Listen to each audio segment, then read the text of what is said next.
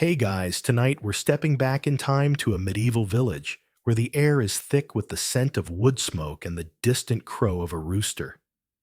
You're not in your cozy bed anymore. You're waking up in a peasant's cottage, and let me tell you, it's not exactly a five-star experience.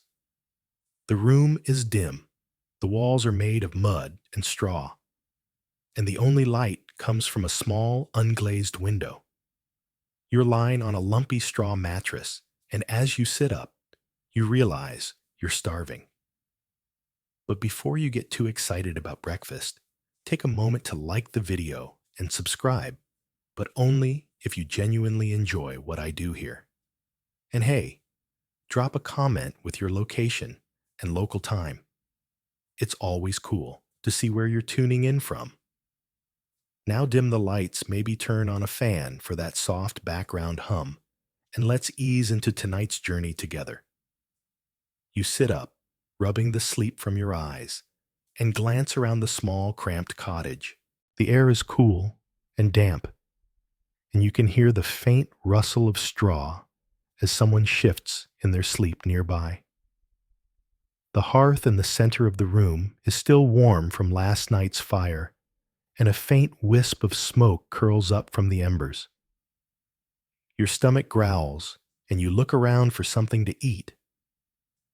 There on a rough wooden trencher is a hunk of dark coarse bread. It's not exactly the fluffy, buttery croissant you might be dreaming of. In fact, it looks like it could double as a doorstop. You pick it up, feeling its weight in your hand, and take a cautious bite. The bread is dense and chewy, with a slightly sour taste, and you swear you can feel bits of grit between your teeth. Welcome to medieval cuisine, where even the bread is a workout. Next to the bread is a clay mug filled with ale. You take a sip, hoping for something refreshing, but it's warm flat and a little sour. Still, it's better than the water, which you've heard can be risky in these times. You glance around the cottage, taking in the scene. The walls are made of wattle and daub-woven sticks plastered with mud, and the roof is thatched with straw. It's cozy in a rustic sort of way, but you can't help but miss your modern kitchen with its fridge full of snacks. The cottage is small, and you're not alone. There are other people sleeping nearby, probably family members, all crammed into this tiny space. You can hear the soft snoring of an elderly grandparent in the corner, and the occasional cough from a child bundled up in a blanket. As you munch on your bread, you notice a pot hanging over the hearth. Maybe there's something more substantial in there. You lean over and peer inside, catching a whiff of onions, cabbage, and herbs. It's pottage, the medieval peasants' go-to meal. Pottage is basically a thick soup or stew made from whatever vegetables and grains are available sometimes, with a bit of meat or fish if you're lucky. Today, it looks like it's mostly barley leeks and some wilted greens. You ladle a bit into a wooden bowl and take a spoonful. It's bland, a little mushy, and definitely not Instagram worthy, but it's warm and filling. Still, you can't help but think that even your worst cooking disasters taste better than this. But here's the thing. This is as good as it gets for a medieval peasant. Breakfast, if you even get one, is usually just bread and ale, maybe some cheese, or leftover pottage from the night before. There are no eggs, no bacon, no coffee to kickstart your day. In fact, the concept of a hearty breakfast is centuries away. Peasants worked hard, often from dawn to dusk, and their meals were simple based on what they could grow or raise themselves. Food was scarce, and going to bed hungry was a common experience. So, as you sit there chewing on your gritty bread and sipping your lukewarm ale, you start to realize that medieval food isn't just different, it's a whole different world. And speaking of bread, Did you know that medieval peasants sometimes used stale bread as plates? These were called trenchers, and after the meal, they could be eaten or given to the poor. Talk about reducing waste, but don't get too excited. Those trenchers were probably rock hard and not exactly appetizing. Historians still argue about the exact composition of the medieval peasant diet, as records are scarce and vary by region and time period. Some say that peasants ate mostly grains and vegetables, while others argue that they had more access to meat and fish than we might think. But one thing is certain, it wasn't a culinary golden age, at least not for the average person. As you finish your meager breakfast, you hear the village coming to life outside. The rooster crows again more insistently this time, and you can hear the clatter of wooden buckets as someone heads to the well. It's time to start the day, and you've got a lot to learn about medieval food. But don't worry, it's not all gritty bread and bland pottage. In the next section, we'll take a peek into the Lord's dining hall and see how the other half lived. Trust me, it's a whole different story. Welcome back, everyone. If you're just joining us, we've been time traveling to a medieval village, and in the last section, you woke up in a peasant's cottage to a breakfast of gritty bread and sour ale. Not exactly a dream start to the day, but tonight we're stepping up in the world literally. You're now in the Lord's dining hall, and trust me, the menu here is a far cry from what the peasants are eating. Before we dive in, hit that like button if you're enjoying the vibe, subscribe if you haven't already, and let me know in the comments where you're watching from and what time it is there. Now settle in, maybe grab a snack, something better than stale bread, and let's explore the medieval high life together. Picture this. You're standing in a grand hall with high arched ceilings made of dark timber. The walls are hung with tapestries depicting hunting scenes, and a massive stone fireplace roars at one end, casting a warm glow over the room. Long wooden tables stretch out before you, groaning under the weight of a feast. The air is rich with the smell of roasted meat, fresh baked bread, and spices you've never even heard of. You're not rubbing sleep from your eyes anymore. You're wide awake, and your stomach is rumbling louder than a knight's warhorse. First, let's talk about the food. Unlike the peasants, simple bread and pottage, the Lord's table is a spectacle. At the center is a whole roasted boar, its skin crispy and golden, stuffed with apples and herbs.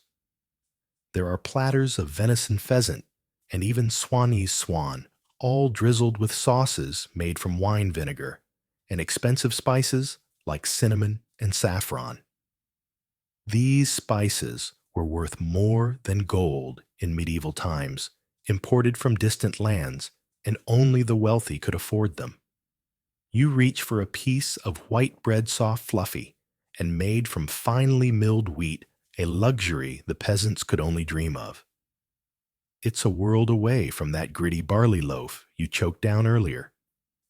Next to the bread is a bowl of something called frumenti, a creamy porridge made from cracked wheat milk and eggs sweetened with honey and dotted with dried fruits. You take a spoonful, and it's rich and comforting, a stark contrast to the watery pottage back in the cottage. There's also a dish of mortuez, a kind of medieval pat made from pounded meat, breadcrumbs, and spices served with a side of pickled vegetables. You try a bite, and the flavors explode savory, tangy, and just a little strange. This isn't fast food.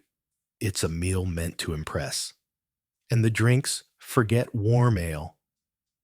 Here you've got a silver goblet filled with spiced wine warmed with cloves and ginger. It's strong, aromatic, and goes down smooth. There's also mead honey wine served in a carved wooden cup, sweet and slightly fizzy. You take a sip and feel like royalty. The Lord's household doesn't mess around when it comes to hydration. The hall is buzzing with activity. Servants bustle around carrying trays of food and refilling goblets. The Lord sits at the head of the table, dressed in a fur-lined cloak, laughing with his guests, snites ladies, and maybe a visiting noble or two. Minstrels strum, lutes in the corner, filling the air with music, while a jester tumbles nearby, trying to earn a laugh. You can hear the clatter of wooden trenchers as they use those here too. But these are fresh and piled high with food, not stale scraps. The whole scene is loud, lively, and a little overwhelming. But here's a fun fact. Medieval feasts weren't just about eating. They were about showing off. The lords, wealth and power were on display in every dish, every spice, every guest. A mainstream historical tidbit for you feasts could last for hours, sometimes days, with dozens of courses served to dozens of people. And a quirky one ever heard of a subtlety? It's a decorative dish, like a sugar sculpture or a pie with live birds inside that fly out when it's cut. Imagine the chaos when that happens. Of course, not everything was perfect. Scholars debate how often these lavish feasts actually happened. Some say they were reserved for special occasions, like weddings or holy days, while others argue the nobility ate like this regularly. Either way, it's clear the lords lived a lot better than the peasants. As you finish your spiced wine and eye another slice of boar, you can't help but feel a little smug. This beats chewing grit any day. So what's next? In the following section, we'll head to the village market to see how food gets from the fields to the table, or doesn't if you're a peasant. Stick around because there's more to uncover about medieval life, and it's only going to get tastier from here. You step out of the lord's dining hall, the echoes of clinking goblets and laughter fading behind you. The feast was a spectacle meets, glazed with honey fruits, dusted with exotic powders, and a spiced wine that warmed you from the inside out. The flavors linger a tapestry of sweet, sharp, and earthy notes you can't quite place. Cinnamon, perhaps cloves. Your curiosity stirs. How do these mysterious ingredients find their way to the Lord's table? What makes them so special that they're served with such pride? Determined to find out, you pull your cloak tight and set off for the village market, where the secrets of these spices surely await. The market square greets you with a rush of life. It's a chaotic swirl of color and sound vendors barking their wares, the creak of cartwheels on cobblestone, and the bleating of livestock pinned in makeshift pens. The air carries a medley of smells: fresh bread, damp wool, the tang of fish pulled from the river. But cutting through it all is something richer, more enticing: the unmistakable scent of spices. You follow your nose through the throng, past stalls piled with turnips and bolts of rough cloth, until you reach a corner that feels like a portal to another world. There, nestled between a potter, shaping clay, and a weaver threading her loom, stands the spice stall. It's a sight to behold. Sacks of vibrant powders, saffron red, turmeric yellow, and pepper black spill over wooden crates, their colors vivid against the muted tones of the market. Jars of glass and clay line the table, filled with curled cinnamon sticks, knobby cloves, and delicate threads of something golden that catch the light. The aroma hits you in waves, warm and sweet, then sharp, and biting, a promise of flavors you've only just begun to understand. The merchant, a wiry man with sun-weathered skin and a glint in his eye, notices your interest. Caught your fancy, have they? He calls, sweeping a hand over his treasures. Name your poison pepper, nutmeg, saffron. I've got the finest this side of the Orient. You step closer, drawn to a small sack of peppercorns, their wrinkled black surfaces unassuming yet oddly alluring. How much for these, you ask, keeping your tone casual? The merchant's lips twitch into a sly smile. 2 silver pennies, he replies as if it's nothing at all. You nearly choke. 2 pennies. For this, you hold up the sack, barely larger than your fist. That's a week's labor for a plowman. He laughs a dry, rasping sound and leans across the table. Oh, you've got much to learn, traveler. That's no mere handful of seeds. That's a fortune plucked from the edges of the earth. Those peppercorns sailed from the Malabar coast. Brave pirates and tempests crossed deserts on camelback. Every grain's a survivor and worth more than your plowman's sweat. Skeptical, but intrigued, you press him. Worth more. Why, what's so special about a bit of spice? You're half expecting a tall tale, but the merchant's expression turns serious, almost reverent. Spices, he begins, aren't just for your tongue, though they'll turn gruel into a king's feast. They're life itself in these dark times. Pepper now, that's a preservative. Rub it on meat and it'll keep longer than your prayers can promise. Its medicine toozes the gut when it's sour. And don't get me started on status. A lord who serves peppered dishes. He's showing off wealth that rivals the crown. Why, I've heard of men paying debts with pepper instead of coin. You glance at the sack again, seeing it in a new light. And the others, you ask, nodding toward the cinnamon and cloves. He picks up a cinnamon stick, its reddish-brown curl catching the sun. This beauty's from Ceylon, stripped from trees half a world away. It warms the blood, soothes aches, midwives swear by it. Cloves, though. He plucks one from a jar, holding it between his fingers like a jewel. From the Spice Islands. Chew it, and a toothache fades.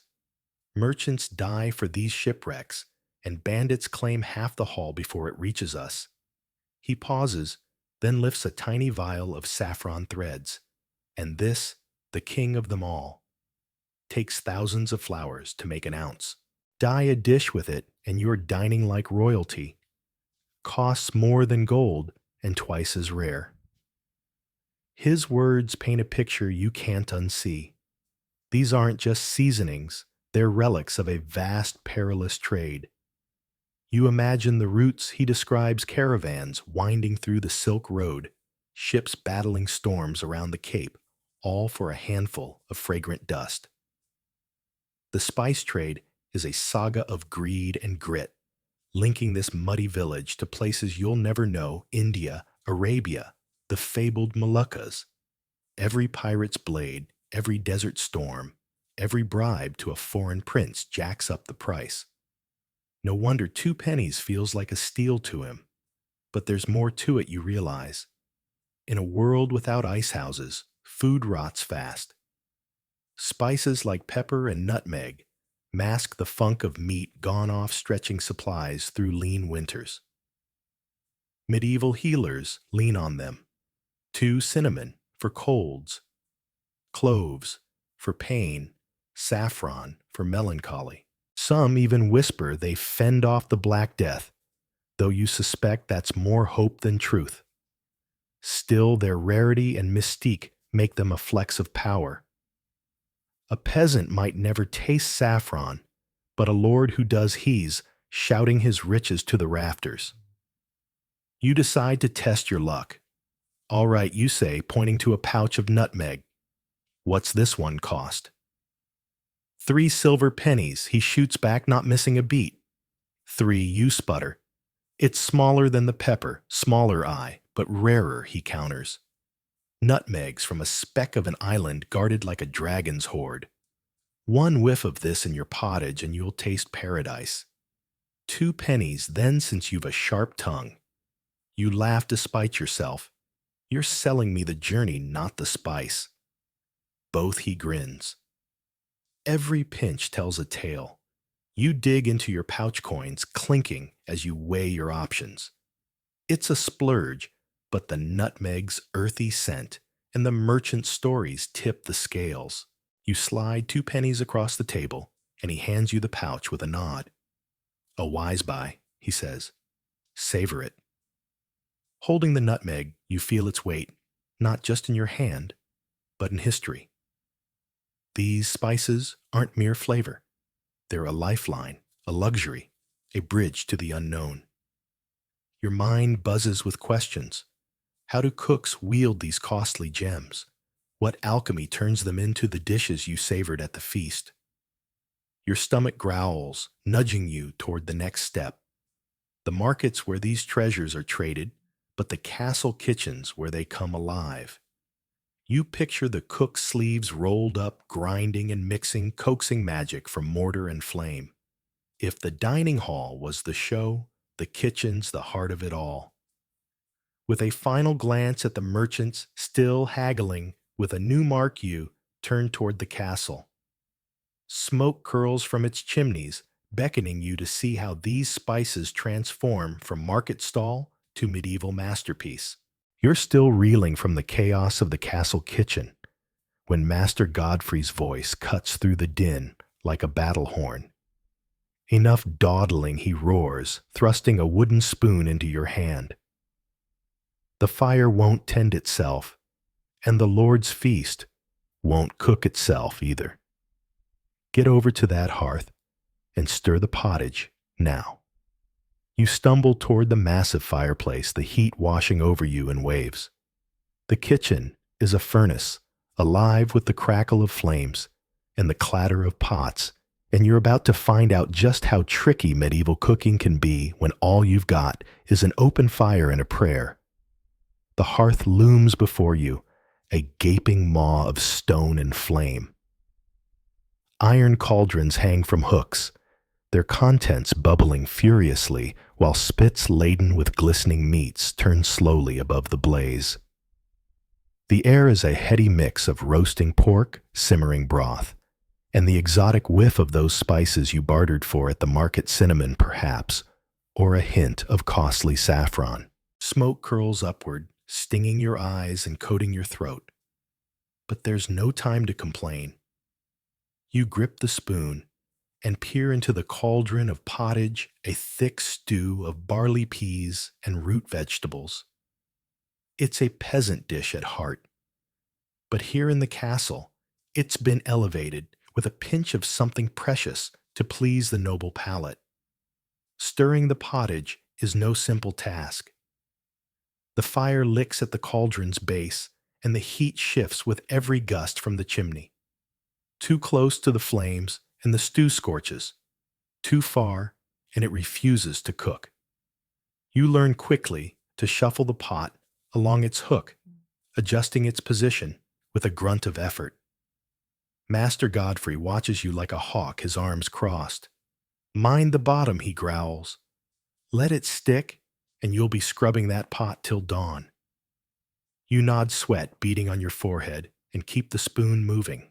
The rhythm is hypnotic, but the heat is brutal. Your tunic clings to your skin, and you wonder how anyone survives a full day in this inferno.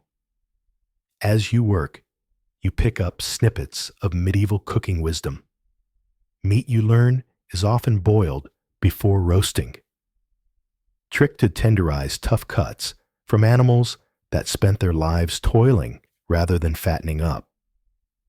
You glance at the spit, where a lamb drips fat into the fire, its skin crisping after hours of careful turning. Bread plays a bigger role than you'd imagine, too. A scullion nearby tears apart a stale loaf, crumbling it into a sauce to thicken it, a far cry from the cornstarch or flour you might reach for in your own time.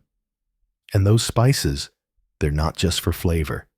Master Godfrey mutters about their power to keep the meat sweet, a nod to their role in preservation before refrigeration existed. Your next task tests your nerve, seasoning a dish with some of the kitchen's rarest treasures. Master Godfrey hands you a small clay jar labeled Grains of Paradise and instructs you to add just a whisper to a simmering pot of venison stew. The grains look like tiny wrinkled seeds, and their scent is sharp and peppery, with a hint of something floral. You sprinkle them in, feeling a thrill at handling something so valuable, each pinch a testament to the trade routes and wealth that brought it here. Not too much. Godfrey snaps, snatching the jar back. That's worth more than your wages for a year. You swallow hard, hoping you got it right. The kitchen isn't all toil and terror, though. There's a rough camaraderie among the staff, forged in the heat of the hearth. A young lad, turning the spit, winks at you as he wipes his brow, muttering about how the pig must have been a wrestler in life, for how heavy it is. When a pot of custard tips over, splattering a scullion's boots, the room erupts in laughter except for Master Godfrey, who rolls his eyes but can't hide a smirk. Even you get a moment of glory when you manage to flip a small oatcake on a hot stone without burning it. Not bad for a greenhorn. Godfrey grunts, and you beam despite the ache in your arms. But the real challenge comes when you're tasked with a mortuise, a dish of ground meat and spices, bound with eggs and breadcrumbs. You're handed a mortar and pestle and told to pound a slab of boiled pork into a smooth paste. The work is backbreaking. Your shoulders burn as you grind, and bits of meat stick to the pestle like stubborn glue. Once it's done, you mix in almond milk, a dash of ginger, and a sprinkle of sugar, then cook it over the fire. The trick is keeping the heat steady, and you fumble at first, nearly curdling the mixture. Easy, easy, Godfrey barks, shoving the pot farther from the flames. You're cooking it, not forging a sword. You adjust, and soon the mortreuse thickens into something creamy and fragrant, a dish fit for the Lord's table if you've done it justice. Every so often, you catch glimpses of the kitchen's quirks. A subtlety takes shape on a side table, a towering confection of spun sugar and pastry molded into the shape of a swan. You're told it'll be paraded before the guests, maybe even hiding a live bird to flutter out for their amusement. It's a world away from the practical pottage. You're stirring a reminder of the spectacle that defines a noble feast. You also hear whispers of stranger beliefs that garlic wards off evil spirits, or that too much saffron might drive a man mad with lust. You're not sure if they're serious, but in this smoky, chaotic place, anything seems possible. The hours wear on, and your hands blister from the spoon and the heat. You've kneaded dough for coarse rye bread, stirred a cauldron of frumenti until your wrist cramped, and even dodged a splash of boiling broth when a pot tipped too far. You're starting to feel like part of the crew low, as you are in the pecking order, when a new scent wafts through the kitchen. A warm, yeasty aroma that cuts through the meat and smoke. It's coming from the bakery just beyond the kitchen's stone archway, where the ovens are firing up for the night's bread.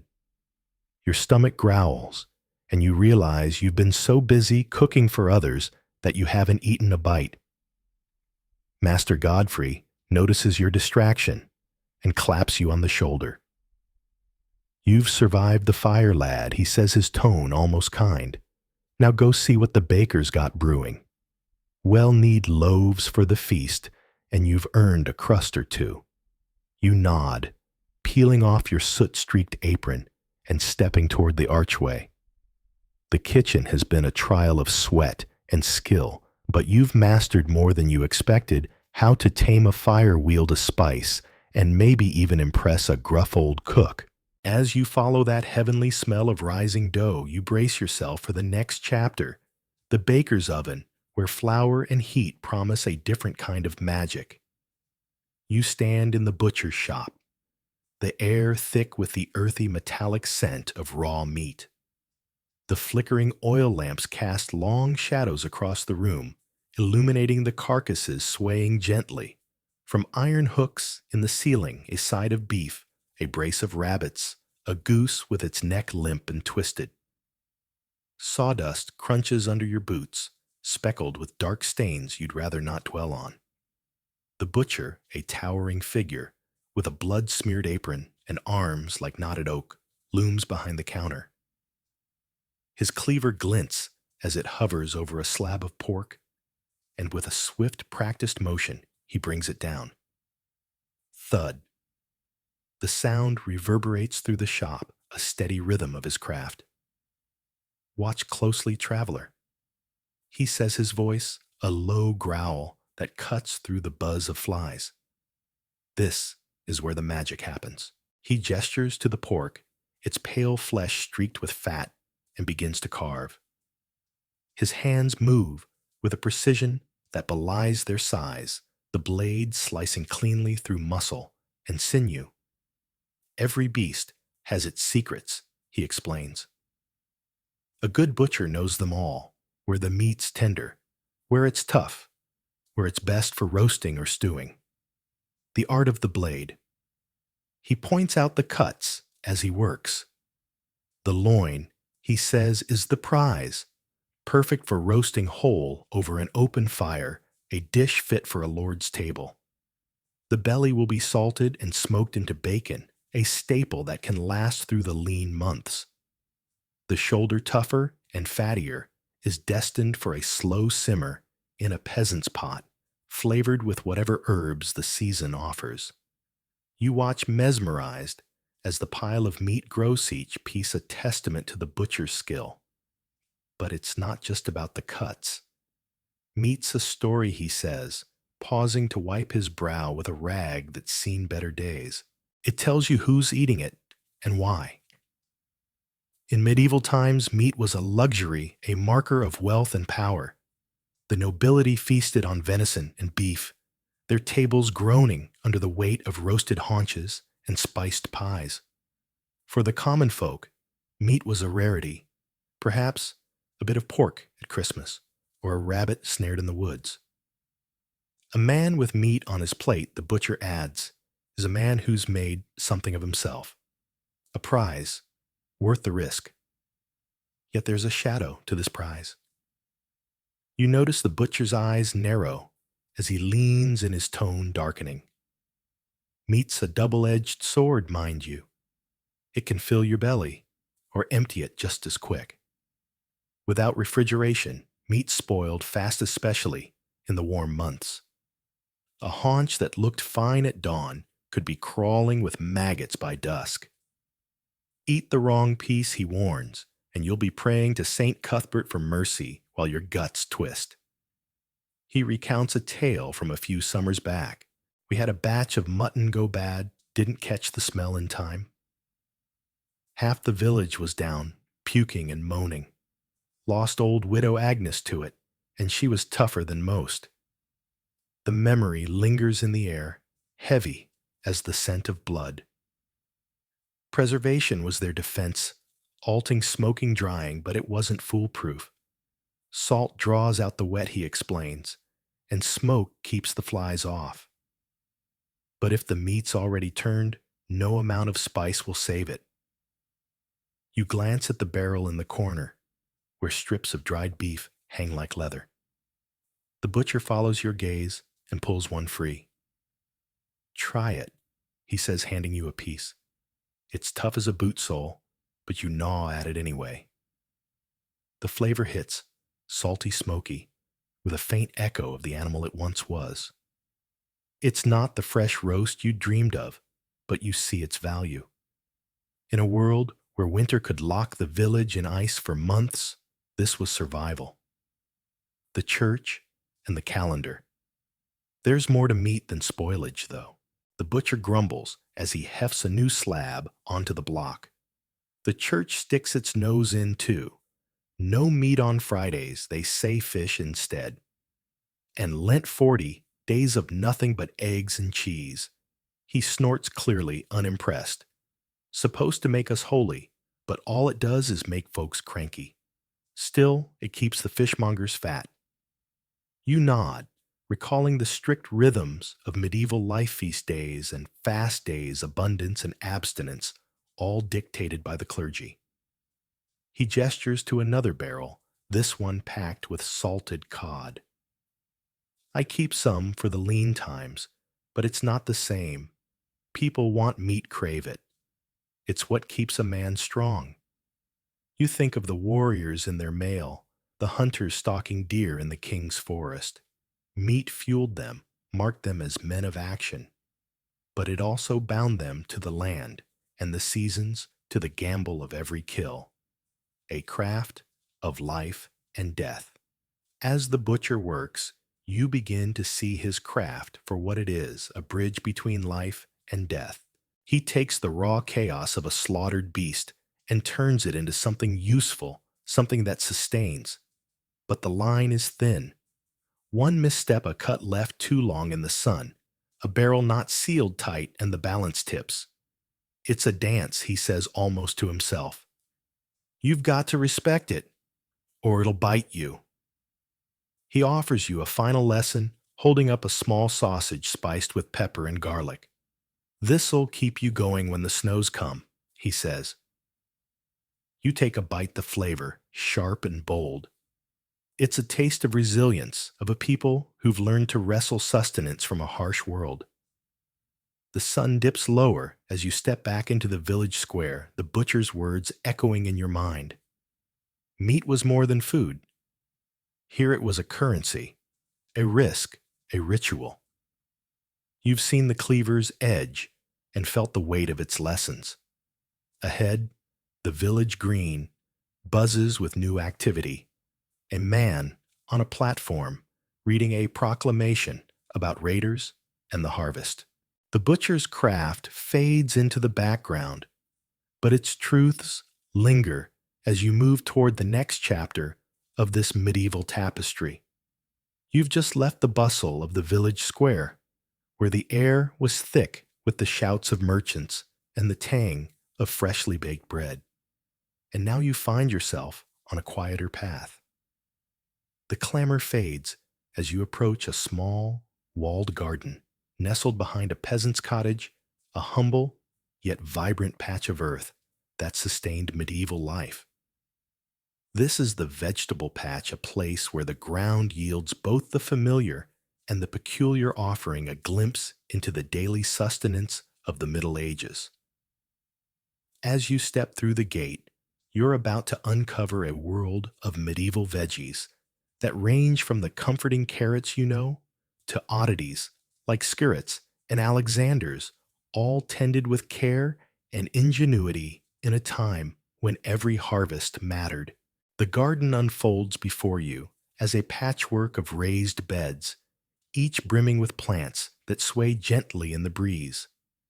A low stone wall keeps out roaming pigs and goats, though one particularly bold goat peers over the edge, sniffing at the cabbages. The soil is dark and crumbly, worked by hand with wooden tools, and the air carries a rich mix of damp earth and the sharp scent of herbs.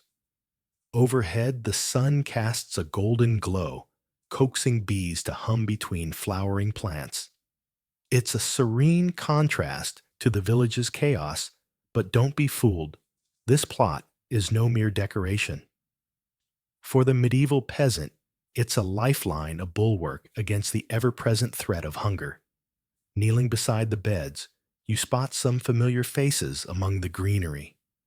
Carrots poke up with their feathery tops, but they're not the vivid orange of today. These are pale yellow or purple, gnarled and earthy, closer to their wild roots. Onions thrust green shoots skyward, their bulbs hidden below, while cabbages squat in neat rows, their leaves curling protectively around tight hearts. These are the workhorses of the medieval diet, reliable and filling. Yet as your gaze wanders, you notice plants that defy modern recognition. Vegetables that once thrived in these gardens, but have since slipped into obscurity. Consider the skirret, a root vegetable you see clustered in one corner, its thin, twisted tendrils breaking the soil's surface. A gardenera, stout woman, with calloused hands and a weathered apron, notices your interest and uproots one. Skirrets, she says with a nod. sweet with a nutty kick. Boil 'em, roast 'em good for a cold night. You hold the pale woody root, its faint aroma hinting at spice. It's less showy than a carrot, but you can picture it, simmered into a hearty broth, bringing warmth to a meager table. Nearby stands a taller plant, its thick stems crowned with yellow blooms Alexander's, the gardener calls it.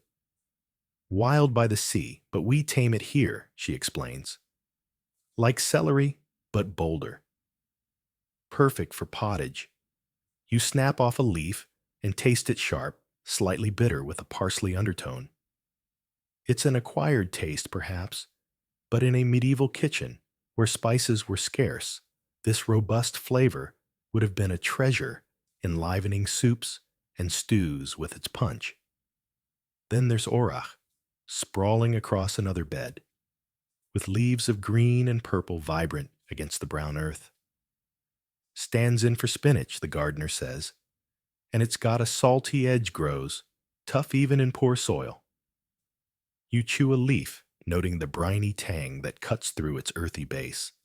It's coarser than spinach, but its resilience makes sense here, where hardiness trumped delicacy. These forgotten vegetable, skirrets, Alexander's Orish paint, a picture of a diet shaped by necessity and resourcefulness, blending the odd with the everyday. The garden's layout reveals more than just its crops. It's a testament to medieval ingenuity. Raised beds like these lift the plants above soggy ground, letting water drain and keeping the soil loose. The gardener points out how onions and carrots grow together, a clever pairing. Onions chase off the carrot flies, she says, smirking at nature's little truce. Herbs like rosemary and basil dot the edges, their scents warding off pests, while luring bees to pollinate. It's a system honed over generations, a quiet science born of trial and error rather than books. Not everything here is practical, though. In a shaded corner, the gardener lowers her voice to show you mandrake, its leaves low and unassuming. Not for eating, she murmurs, but for healing or hexing, if you believe the tales. You recall the myth's roots that shriek when harvested, shaped like tiny humans steeped in superstition. It's a whisper of the medieval mind, where the garden held both sustenance and secrets, blurring the line between the mundane and the magical. Challenges abound, of course. The gardener scowls at a row of turnips half-eaten by root maggots. Nasty buggers, she grumbles. Marigolds help those orange flowers there, but it's a fight every year. Without modern pesticides, pest control relied on wit and patience, crop rotation timing, and a sprinkle of hope. Yet the garden thrives despite it all, yielding leeks, parsnips, beets, and peas that climb rickety stakes. Garlic and chives spike the air with their bite, a promise of flavor in a diet often lean on meat. Curious about the harvest's fate, you follow the gardener into her cottage, where a fire crackles beneath a blackened pot. She ladles out pottage, thick stew of skirrets Alexander's, and orach mingled with barley and a pinch of thyme. You take a spoonful, savoring the warmth. The skirrets lend a gentle sweetness, the Alexander's a crisp edge, the orach a salty depth. It's rustic, not refined, but it fills the belly and soul, a daily ritual for those who lived by the land. Sometimes a bit of pork, if we're lucky, she adds, but this is what keeps us going. As you scrape the bowl clean, she hands you a small gift, a bundle of herbs, rosemary, thyme, saged with twine. For strength and memory, she says. You tuck it away, the scents clinging to your fingers, a token of this earthy haven. Stepping back into the daylight, you see the vegetable patch anew, a bridge between past and present, familiar yet foreign, its rows whispering stories of survival and savor. But the village calls you onward. Beyond the garden, a rhythmic clang, echoes the blacksmith at work shaping iron into tools and tales. You adjust your satchel, the herbs rustling softly, and head toward the sound, ready to forge the next chapter of your medieval journey. You inhale the scent of baking bread as you step away from the noisy market square, leaving behind the clamor of hawkers and the bustle of carts. The air grows quieter, and soon a modest stone building comes into view, its chimney puffing tendrils of smoke into the gray sky. This is the baker's oven, a humble yet indispensable cornerstone of medieval life. Inside, flour dust dances in the air, and the rhythmic thud of kneading dough echoes off the walls. Here, you'll uncover the vital role bread played in sustaining everyone from the lowliest peasant to the grandest lord, a simple yet profound creation that wove itself into the fabric of daily existence. The bakery envelops you in warmth the moment you cross the threshold. A wave of heat rolls from the massive oven, a hulking dome of brick and clay, its fire crackling within, while the sharp, yeasty tang of fermenting dough fills your lungs. The baker, a broad-shouldered figure with arms dusted white from flour labors at a scarred wooden table, his hands buried in a sticky mound. Around him, the room hums with life. Shelves groan under the weight of grain sacks. Clay pots of honey glint in the firelight, and bundles of dried herbs hang from the rafters. Flour coats every surface like a fine snow, softening the edges of this gritty, hard-working space. It's a sensory feast, a place where the ordinary transforms into the essential. Bread's the heartbeat of the village. The baker grunts as he catches your eye, folding the dough with a practiced twist. No bread, no life simple as that. His words ring true. In medieval times, bread wasn't just food. It was survival. For the poor, it was the bulk of every meal, dark coarse loaves that filled empty bellies. For the rich, it was a status symbol. Soft, white rounds of wheaten flour, free of the grit that plagued humbler fare. Its importance was so great that laws, known as the assize of bread, governed its making. Cheat on the weight or price, the baker says with a wry grin, and they'll string you up in the square with a loaf round your neck. Keeps us honest.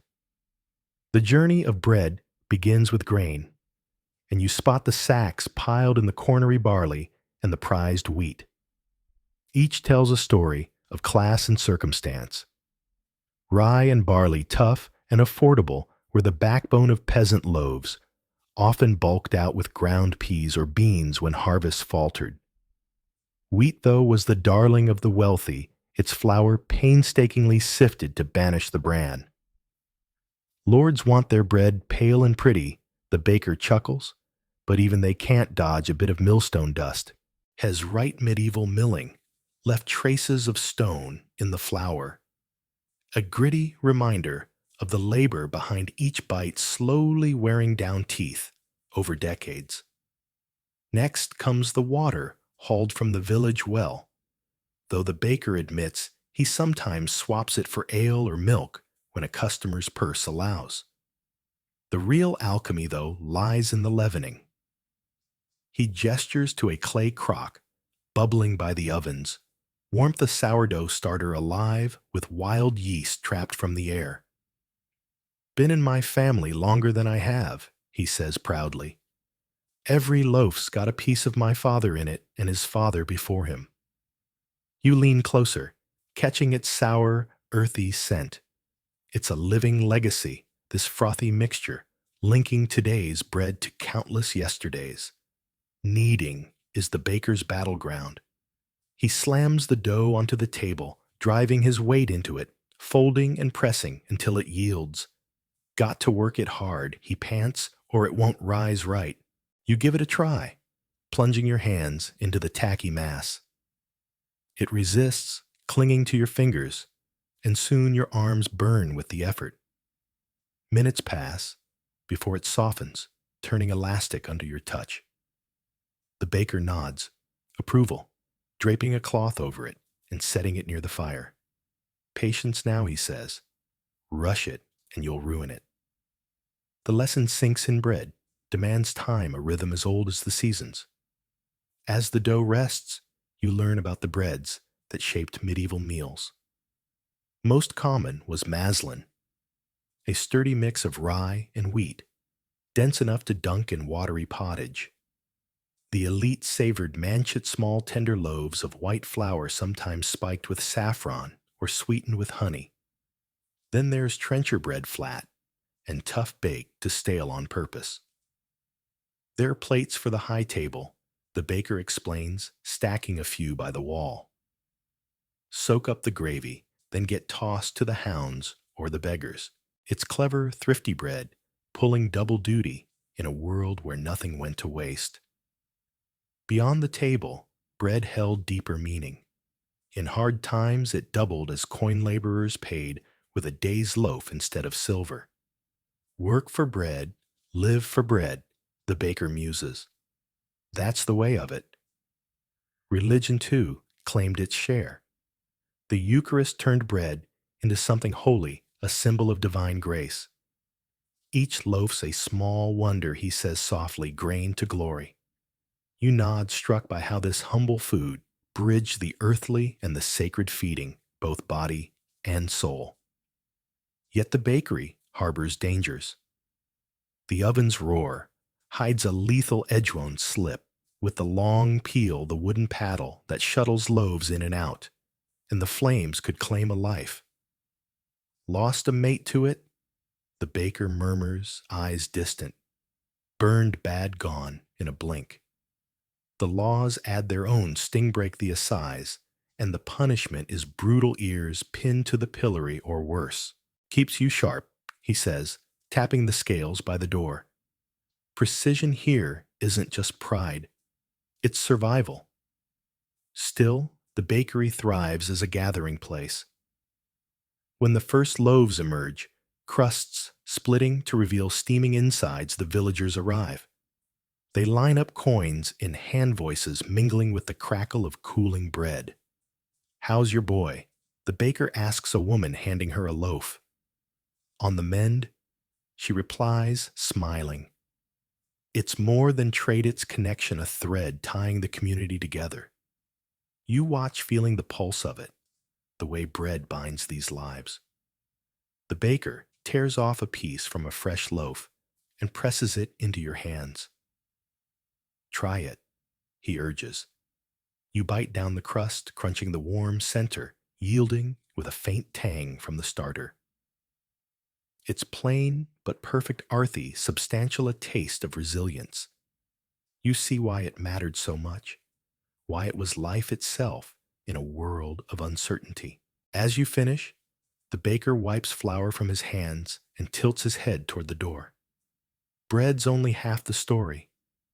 Down at the dairy, they churn milk into butter and cheese companions that make a loaf sing. Go on, see for yourself. He grins, and you step outside, the bread's warmth still in you, eager for the creamy riches awaiting in the next chapter of this medieval tale. After uncovering the secrets of bread in medieval life, your curiosity draws you to another cornerstone of the medieval table dairy. You trudge along a muddy path to a nearby farmhouse, the air growing thick with the scent of milk and cheese. The farmhouse looms ahead, a sturdy structure of weathered wood and stone, topped with a sagging thatched roof. The door groans as you push it open, revealing a dim, cozy interior. The smell of milk hits you full force, now mingling with the earthy tang of the packed dirt floor. A wooden beam stretches across the low ceiling, dangling with baskets and tools. By the flickering fire, a woman churns butter, her arms moving in a steady rhythm. She looks up, her face rosy from the heat, and wipes her hands on a worn apron. "Welcome, traveler," she says with a grin. Care to try some of our cheese? She hands you a chunk of cheese, its surface rough and crumbly. It's heavier than you'd expect, dense with age, and as you lift it to your lips, a pungent whiff of herbs tickles your nose. You take a bite, and the flavor bursts across your tongue, ulty sharp, with a nutty undertone that's wilder than anything you've tasted before. The cheese crumbles in your mouth, leaving a tangy aftertaste that lingers. You can almost taste the rolling pastures, the clover and grasses munched by the cows that gave this milk. There's a faint grittiness, too, a reminder of the rustic tools used to craft it. That's the rennet, the woman explains, noticing your expression. We use it to curdle the milk. You nod, intrigued, and she offers you a dab of butter next. It's pale and creamy spread on a crust of bread from your earlier adventure. The butter melts on your tongue, rich and slightly salty, with a freshness that modern spreads can't match. As you savor the taste, the woman leans in her voice, dropping to a storytelling hush. Making dairy's no easy task in these times, she says. Milk spoils fast, especially when the sun beats down in summer. We've got to use it quick before it turns sour. She gestures to the wooden churn and shelves of cheese wheels, their rinds mottled with age. And cleanliness, oh, that's a battle. A bit of dirt or grime in the milk, and it's ruined. She sighs, recalling a grim memory. Once a bad batch of cheese sent half the village to their beds, groaning with belly aches. We tossed it all out, such a waste, but better than more sickness. She tells you of a darker time, too, when a sickness struck the cattle. People fell ill, and we couldn't puzzle it out, she says, shaking her head. Not till the priest blessed the herd, and we took to boiling the milk did it stop. Learned our lesson there. You glance around, realizing there's no icebox or fridge, here just the cool shade of the farmhouse and the hope of quick hands. Dairy had to be eaten fast, or turned into cheese and butter to last, but even that wasn't foolproof. Spoilage lurked around every corner, and contamination was a constant threat. Medieval folk didn't know about bacteria or sterilization, so food poisoning was as common as a rainy day. Milk came straight from the cow goat or sheep raw and unpasteurized, carrying whatever ills the animals might harbor. Each wheel of cheese or pat of butter was a gamble shaped by the weather, the milk's mood, and the maker's skill. Some turned out divine, others barely fit for the pigs. And then there were the old tales whispers of witches hexing the milk with a glance, or fairies pilfering the cream. The woman chuckles at these, but admits, I still set out a saucer for the little folk just to be safe. Yet for all its risks, dairy was a lifeline in this world. Cheese and butter packed in nutrients and energy, a godsend for those too poor for meat. The woman explains how it's women like her who rule the dairy realm, milking the animals and working the milk into something lasting. Cows, goats, sheep, we tend them all, she says, pointing to the pasture outside, where cows graze their bells tinkling faintly. Then it's hours of churning or curdling, hard work, but it feeds us. In spring and summer, when milk flows like rivers, the village women gather, turning the task into a merry affair. They sing and swap tales over vats of curdling milk, storing the finished cheeses in a shared cellar for later. It's how we get by, she adds. We share the load and the bounty. Dairy isn't just survival, it's trade and pride too. A skilled cheesemaker can earn coin or barter goods, and this woman's wares are prized even by the local lords. She shows off her creations, soft, fresh cheeses that melt in your mouth, and hard-aged ones that could sit for months. Some are flecked with herbs or spices, others plain, but bold. The butter hand-churned and creamy as gold in this economy smeared on bread or stirred into stews.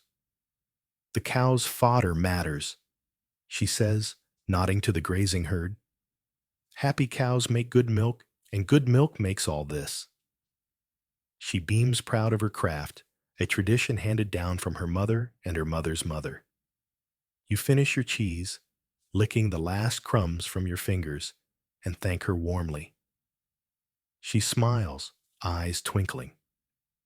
Next time, head to the ale house, she says. They brew a fine ale there, and you'll hear all the village chatter. You bid her farewell, stepping back into the daylight, your belly full, and your mind humming with dairies, delights, and dangers. As you leave the farmhouse behind, you spot a gaggle of villagers trudging toward the alehouse. The woman's words echo in your head, sparking a new question. What did medieval folk drink to wash down their meals, and what stories swirled in those lively halls? With a eager stride, you join the crowd, ready to quench your thirst and dive deeper into this medieval feast. You stand at the bar, the clay tankard of ale still cool in your hand, its frothy surface catching the dim light of the alehouse. The alewife watches you with a knowing smile as you take another sip, the bitter malt and earthy grain lingering on your tongue. This is no modern Brewitz, raw, unrefined, and hearty a drink that speaks of the fields and the hands that tend them. Around you, the alehouse hums with life, the clatter of wooden cups, the rumble of voices, and the occasional burst of laughter that rises above the din. The air is thick with the scent of barley and the sweet undertone of honey pulling you deeper into this medieval world, where ale and mead are more than mere refreshments, they're the lifeblood of the community.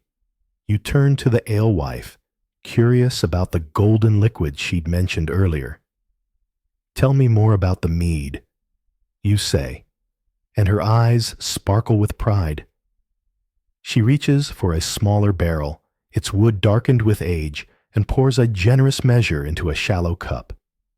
This here's mead, she says, sliding it toward you. Honey water and a touch of patience, fermented slow, like a good story.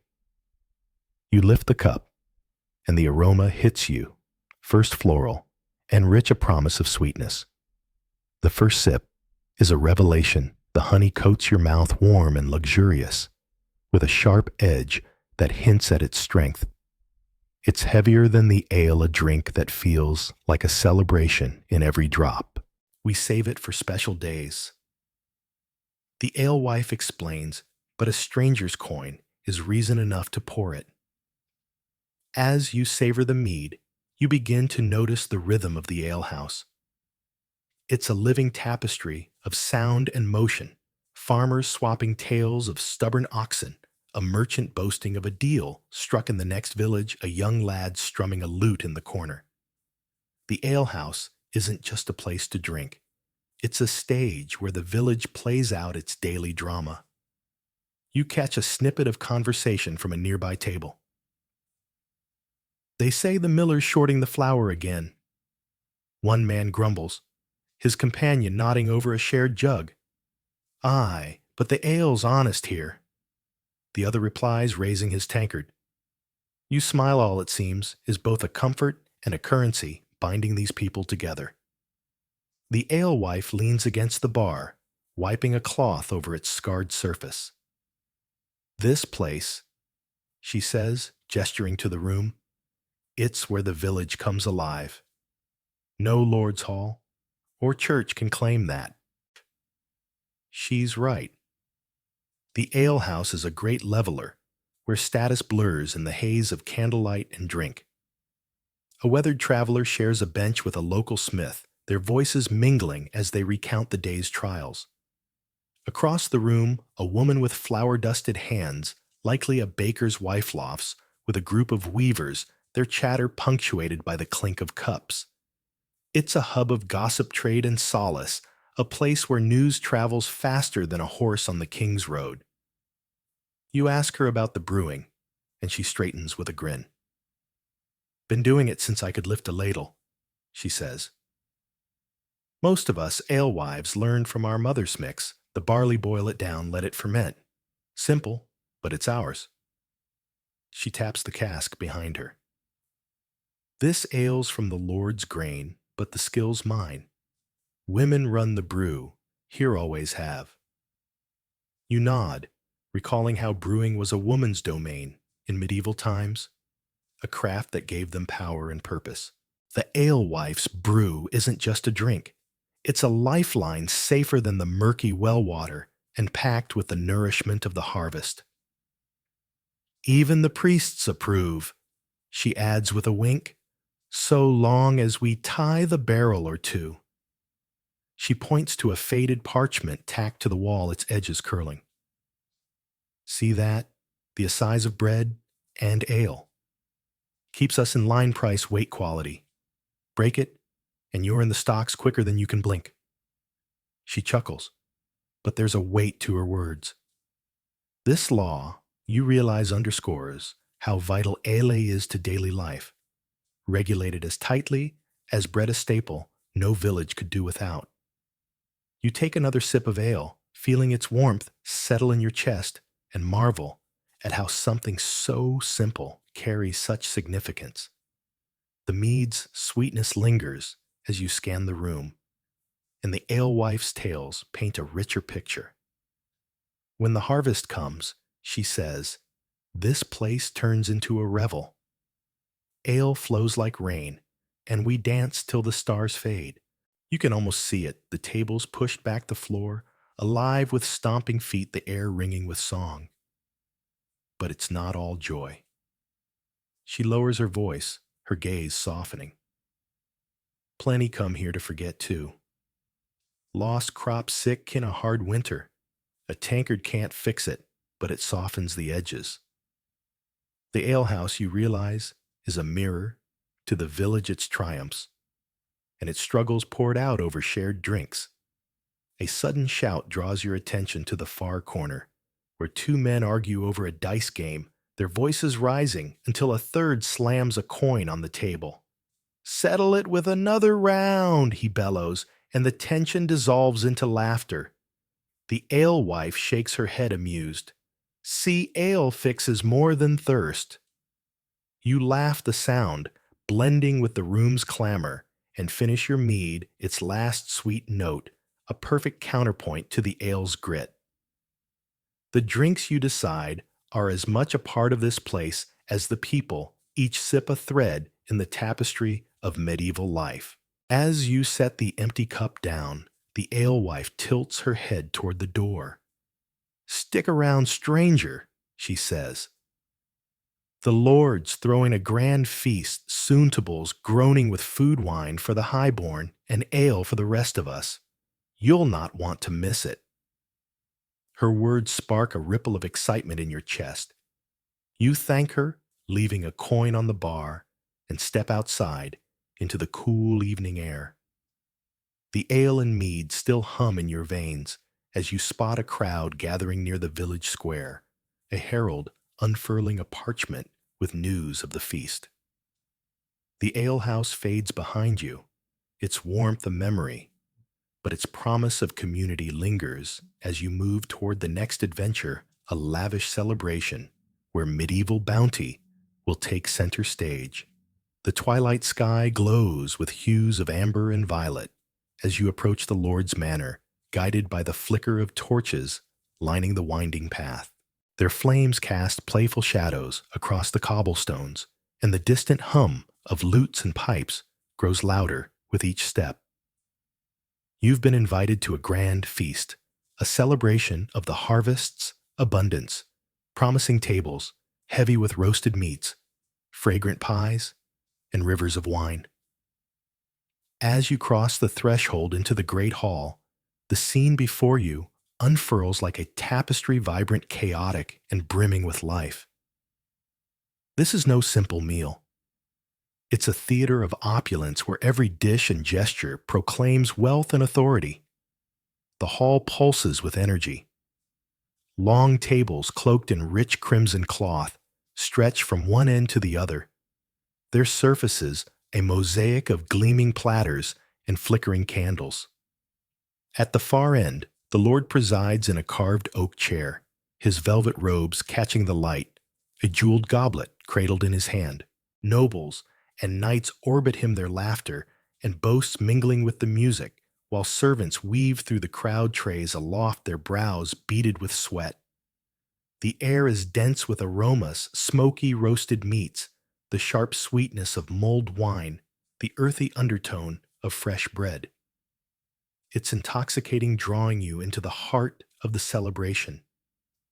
You settle at a table near the edge, your senses alight as you survey the feast. A roasted swan commands attention, at the center its plumage meticulously reattached neck, curved in a lifelike arc atop a nest of herbs. Nearby, a pie the size of a shield gleams with a golden crust, steam escaping its crown. A servant slices it open, and to your astonishment, live birds erupt from within their wings, beating the air as the hall erupts and gasps and cheers. You can't help but grin, swept up in the sheer audacity of it all. This is a banquet where food transcends nourishment. It's a spellbinding act of wonder. The meal progresses in waves, each course a testament to excess.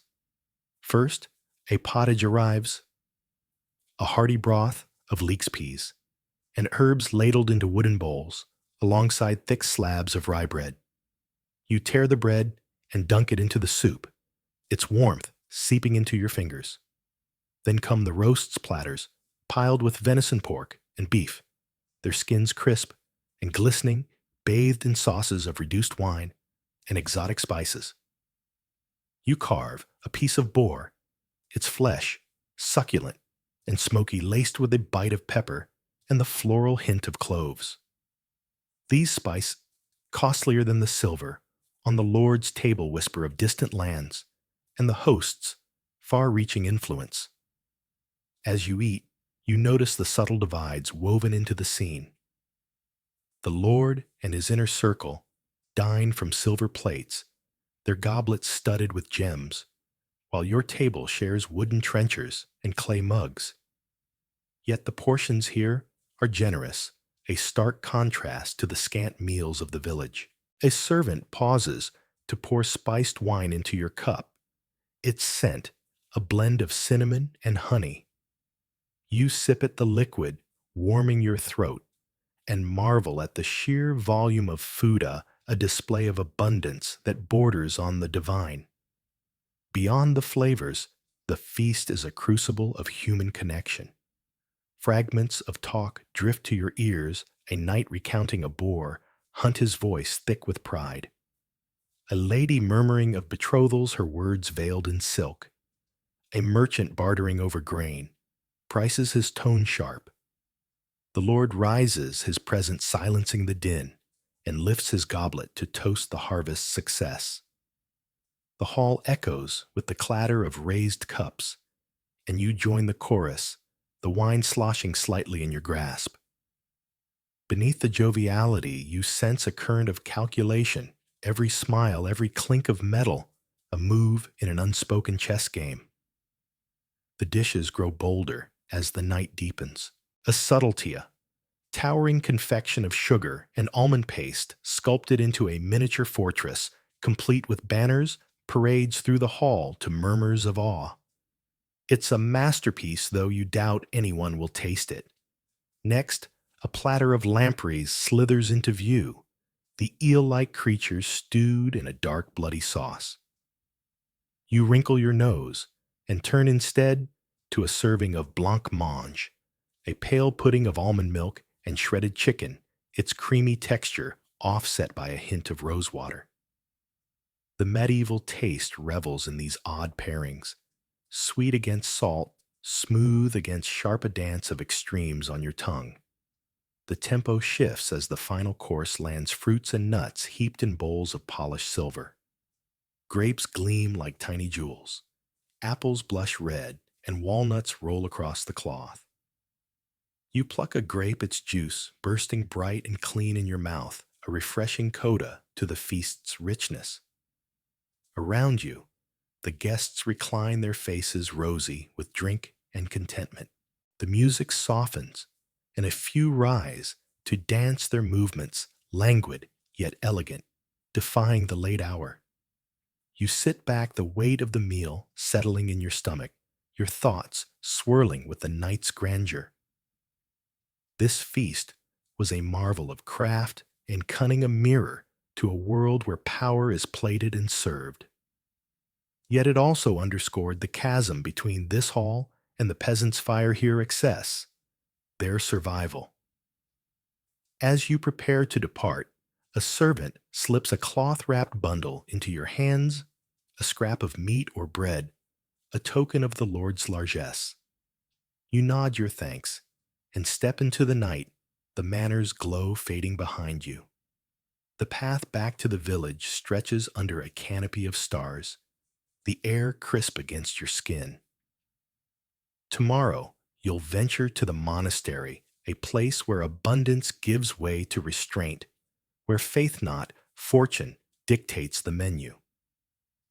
You've heard tales of their sparse meals, governed by sacred laws and the church calendar.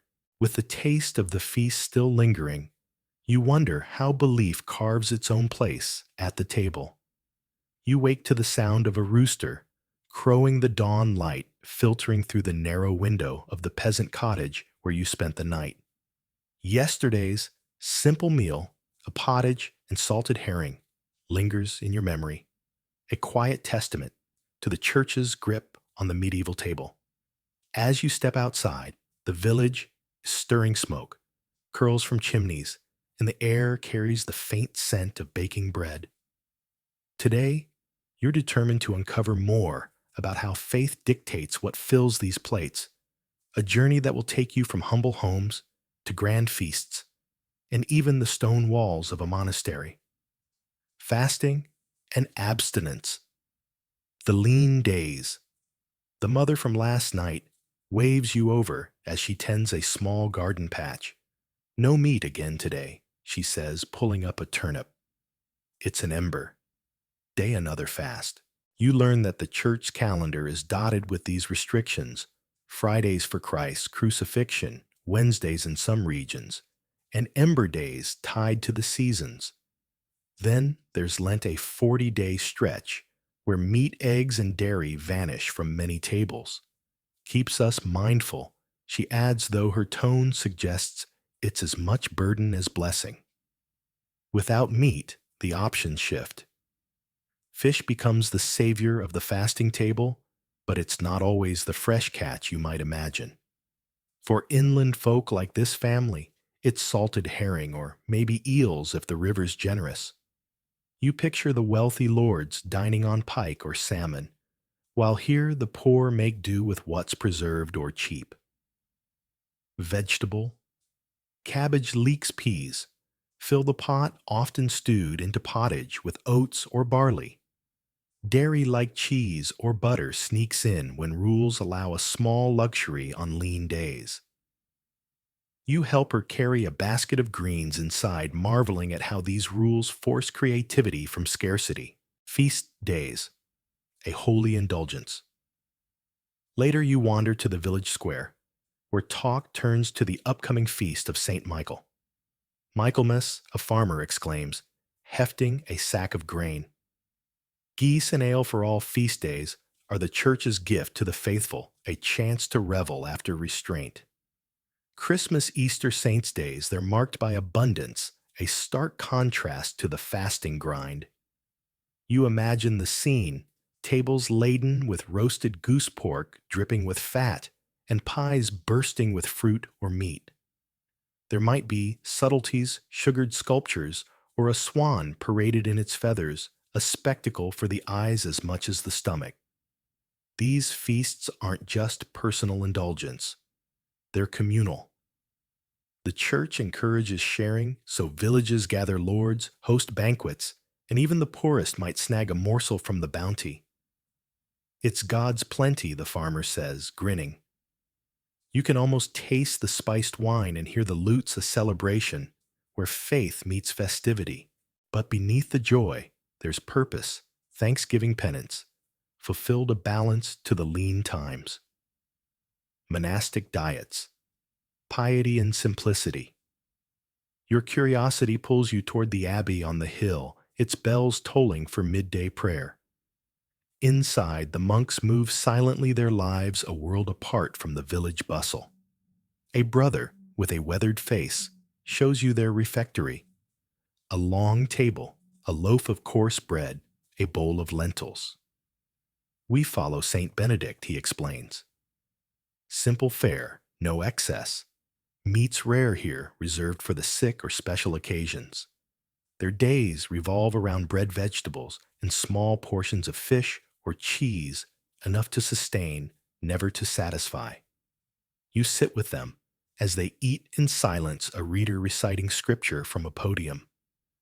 It's austere, yet there's a rhythm to it, a discipline that spills beyond these walls.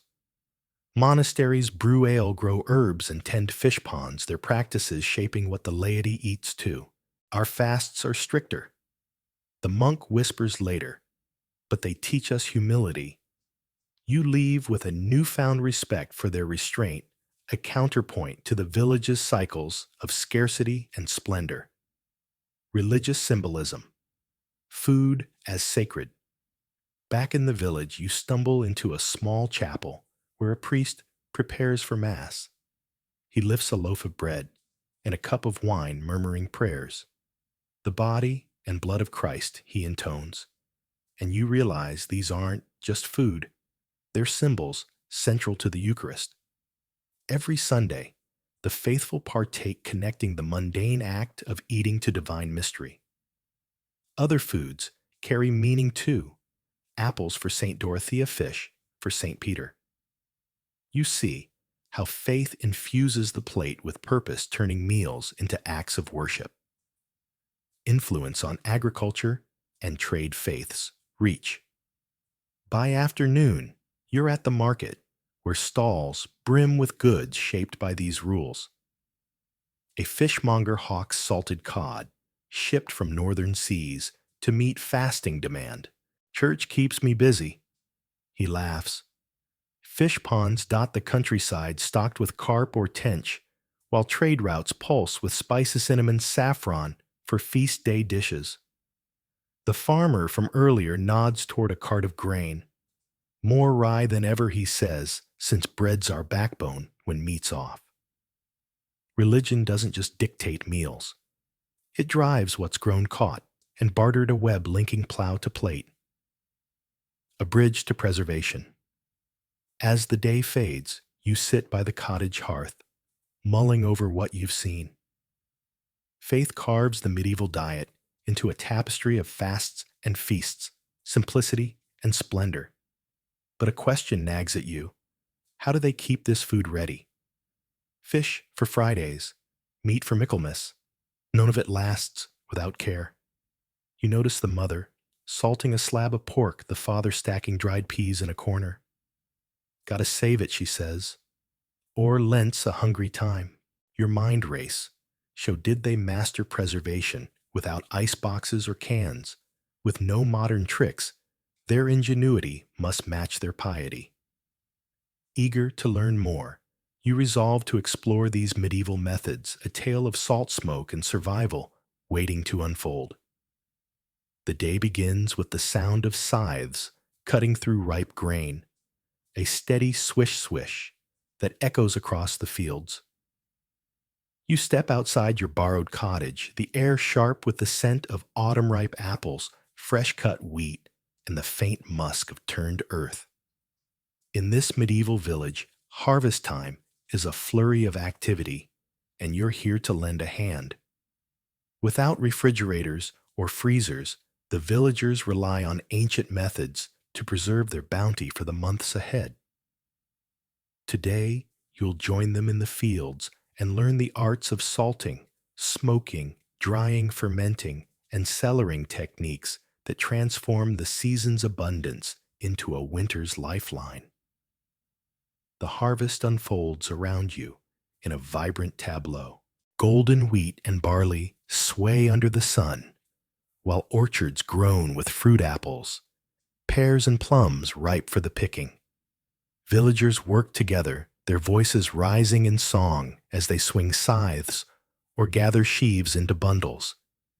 You join a group threshing grain, pounding the stalks against a wooden frame to free the kernels. The labor is grueling, sweat beating on your forehead, but the rhythm is infectious. A woman passes you a jug of cool ale, her smile warm. "We reap today," she says, "but it's the storing that sees us through." Salting, a treasure in crystals. Your first task takes you to a weathered wooden trough where a man with salt-crusted hands is preserving meat. "Salt's dear," he says, pouring coarse grains from a sack. "Worth more than coin in some places." You watch as he coats thick slabs of pork with salt, packing them into a barrel. The salt pulls water from the meat, leaving no room for decay.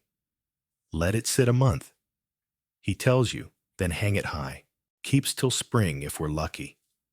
You touch the salt, its rough texture biting your skin, and feel its quiet power, a commodity so precious it's traded across empires. Nearby at the riverbank, fishermen unload their cat-shimmering herring piled in baskets. A woman slices them open with a practiced hand, then layers them in barrels with more salt. "Good for fasting days," she says, pressing the fish down until brine seeps up. The sharp, salty smell fills your nose as you help imagining these barrels feeding the village through the cold, dark Lent. Smoking, the dance of fire. A plume of smoke draws you to the smokehouse, a squat structure of wood and thatch. Inside, the air is hazy, thick with the aroma of burning oak and applewood. A man tends a smoldering fire, his face lit by the glow. "Keep it low," he instructs. "Too much heat ruins it." You help him hang strips of salted beef and pork from the rafters, the meat glistening in the dim light. Over days, the smoke will dry it, locking in flavors of wood and earth. "Oak's bold," he says, tossing a log on the fire, "but applewood's got a sweetness." The smoke stings your eyes, but it promises a hearty bite come winter. Fish join the ritual too. Gutted eels hang in rows, their dark flesh slowly turning golden. "Smoked eel's a delicacy," the man says, offering you a piece from an earlier batch. You taste its rich smoky, a hint of the river still lingering, and nod in agreement. This is preservation with soul. Drying, harnessing sun and air. In the orchard, the mood shifts to quiet focus. Women lay out apples and plums on wooden racks, turning each piece to catch the sun. Dries them sweet. One says brushing a fly away. You pitch in, arranging fruit in tidy lines, the warmth of the day seeping into your hands. Nearby herbs, sage, thyme, rosemary dangle in bundles, their scent sharpening as they crisp. "For stews and healing," the woman adds. You picture a winter pot, simmering with their flavor, a small defiance against the cold. Meat dries, too, in a breezy corner of the yard. Thin strips of beef sway on ropes, turning dark and tough. A boy hands you a piece of jerky, grinning. "Chew hard," he says. It's leathery salty, not a feast, but a survivor's meal perfect for a journey or a hungry day. Fermenting life in the jar. Next, you step into a cool cellar where fermentation works its magic. A woman kneads shredded cabbage in a vat, her hands slick with juice. "Sauerkraut," she says, "fights the winter sickness." You watch her pack it into a crock with salt, the mixture bubbling as it settles. "Give it time," she promises, "and it's sharp and lively." The tangy smell tickles your nose, a reminder that this method keeps more than just food, it holds on to vitality. Pickles line the shelves, cucumbers, beets, onions, bathing in brine or vinegar. Balance is key, she says, offering you a sour cucumber. It crunches tart and bright, a taste of summer trapped in clay. Dairy ferments to milk becomes cheese, whey dripping away, while yogurt sets in soft mounds. Cheese lasts, a girl says, pressing a wheel, and yogurt eases the belly. You marvel at how these living foods stretch the harvest far beyond its season. Cellaring, the cool dark.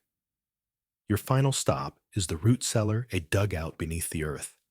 The air is damp and chill, the walls packed with dirt and shelves. Root vegetables, carrots, turnips, parsnips, rest in sand, their greens snipped off. Keeps them crisp, a man says, stacking onions in a basket.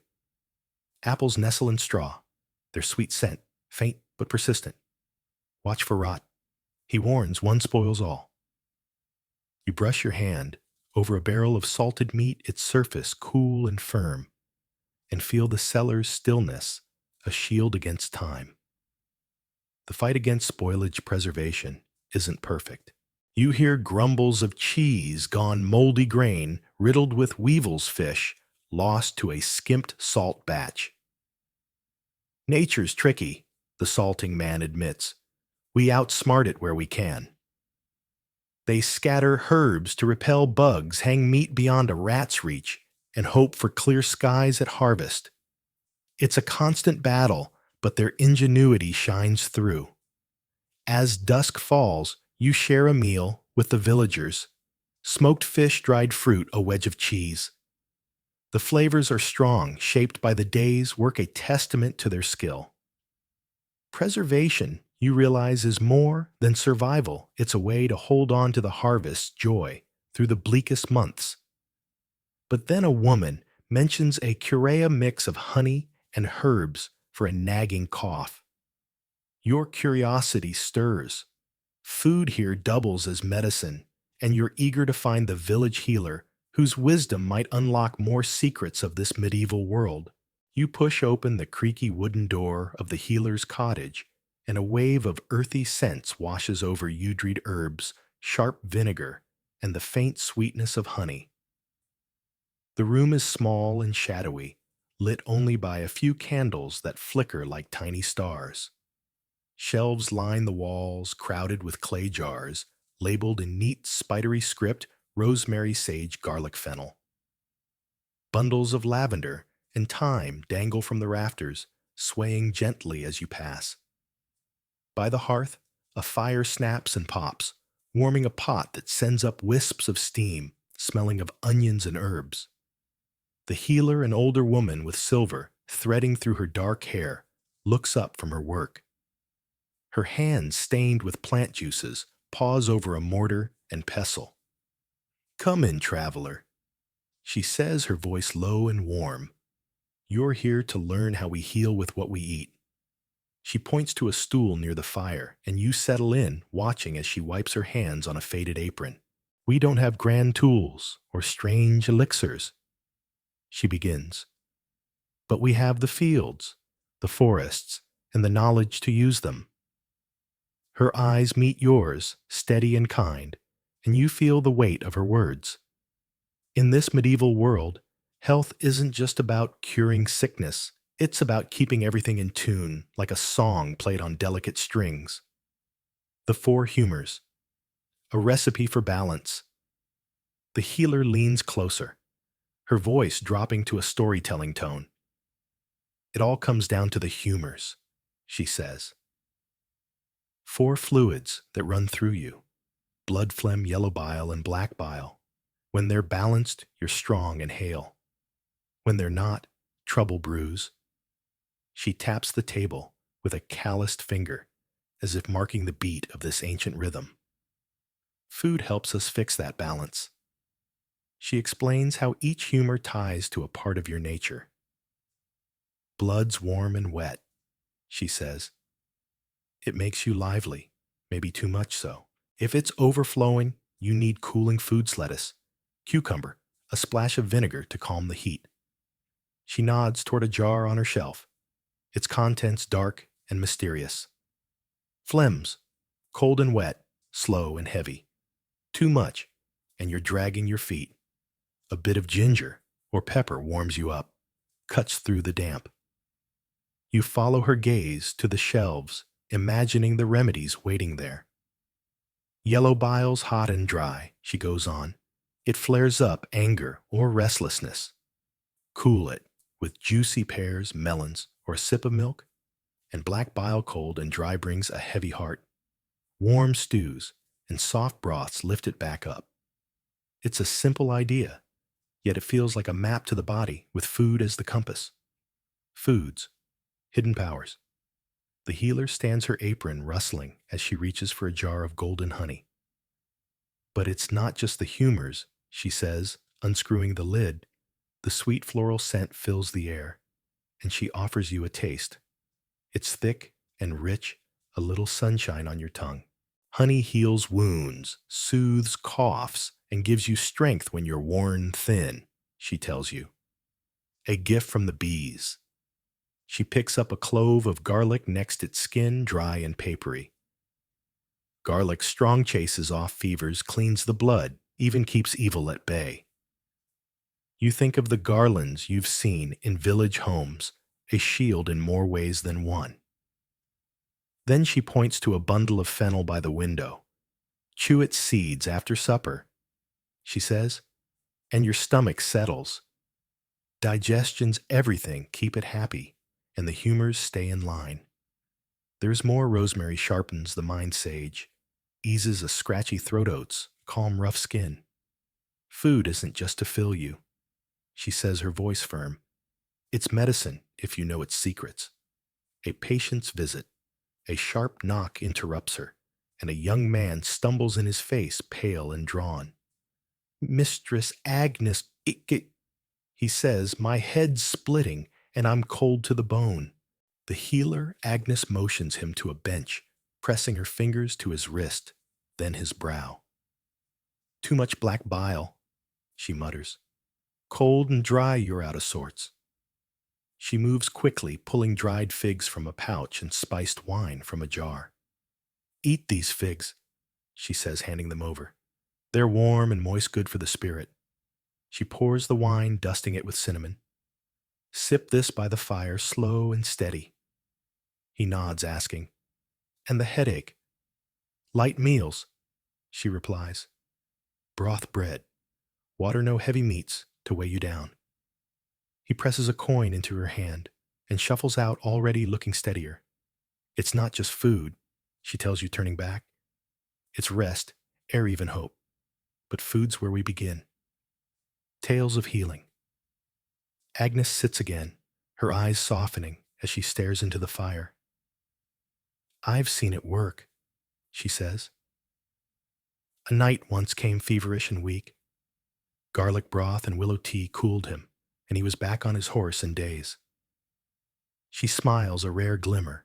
A little girl sick with the flux grew strong on barley water and honey. Small things, big changes. Her stories feel like a blanket wrapping you in the quiet power of this world, where a healer's hands and a bowl of broth can turn the tide. To the table manners and more. The fire spits, and Agnes looks at you with a spark of mischief. You know how to eat for your body now, she says, but there's another art eating, with Grace sharing the table right. She nods toward the door where the village hums with life. Next, you'll see how we dine together, how manners make a meal more than food. It's about the company you keep, the way you hold yourself. She presses a pouch of herbs into your hand, rosemary, and thyme tied with twine. For memory and courage, she says. You step outside, the scent clinging to you, ready to discover the rules and rituals of the medieval table. The dining hall was a whirlwind of sound and scent, a cacophony of clinking goblets, hearty laughter, and the occasional scrape of a knife against a wooden table. You, a visitor from a far-off future, found yourself seated at a long, weathered oak table, its surface groaning under the weight of platters, piled high with roasted meats, crusty loaves of bread, and steaming bowls of stewed vegetables. The air was thick with the aroma of spiced wine herbs and the faint smokiness of the hearth. Around you, knights in rough woolen tunics, ladies in embroidered gowns, and merchants in fur-trimmed cloaks conversed animatedly, their voices rising above the clatter. You were dressed to blend in, but as you reached for a glistening piece of pork, you froze, suddenly aware that this meal was governed by an intricate web of etiquette, a dance of manners as foreign to you as the flickering torchlight. The trencher, a plate with purpose. Your first lesson came in the form of the trencher. Unlike the ceramic plates of your time here, each diner was given a thick, slightly stale slice of bread to serve as a base for their food. You watched your neighbors deftly slice their meat atop it, their movements precise to avoid letting juices soak through. This bread wasn't for eating, at least not by you. After the meal, you learned it would be collected and distributed to the poor, or tossed to the dogs waiting eagerly by the hall's edges. The trencher was both practical and symbolic, a reminder of the medieval balance between abundance and charity. You mimicked the others, cutting your meat carefully, though your modern instincts screamed to take a bite of the bread itself. The hierarchy of the table. Where you sat mattered as much as what you ate.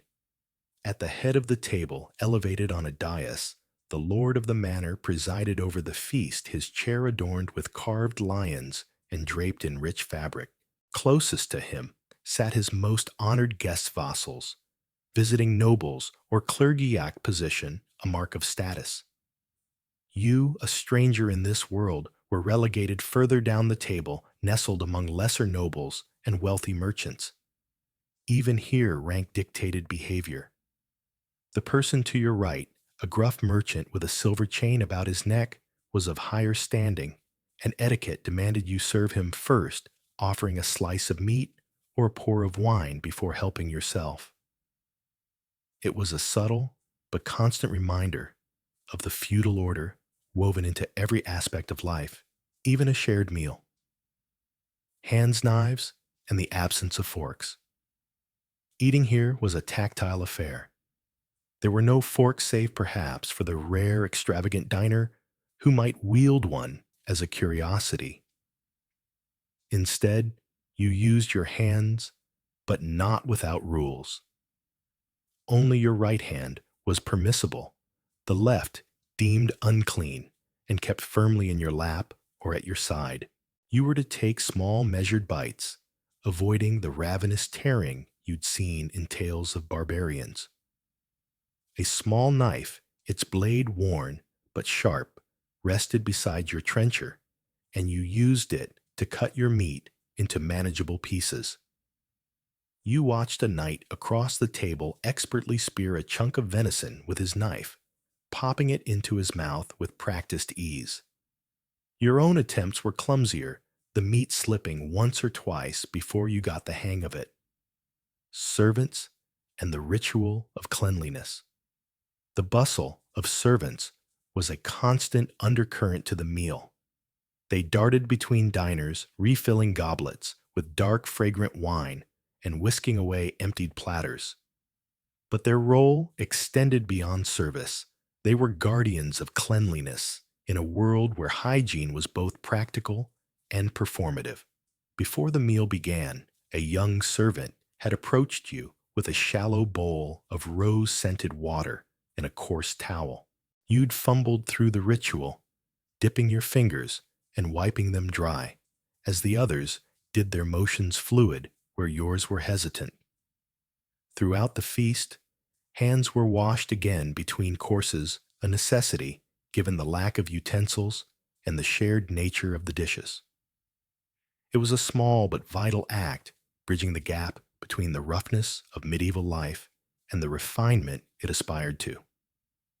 The toast, a test of attention. Midway through the meal, a sudden hush fell over the hall. The Lord stood his goblet raised, and all eyes turned to him. You swallowed a mouthful of bread, hastily clutching your own goblet as you tried to follow along.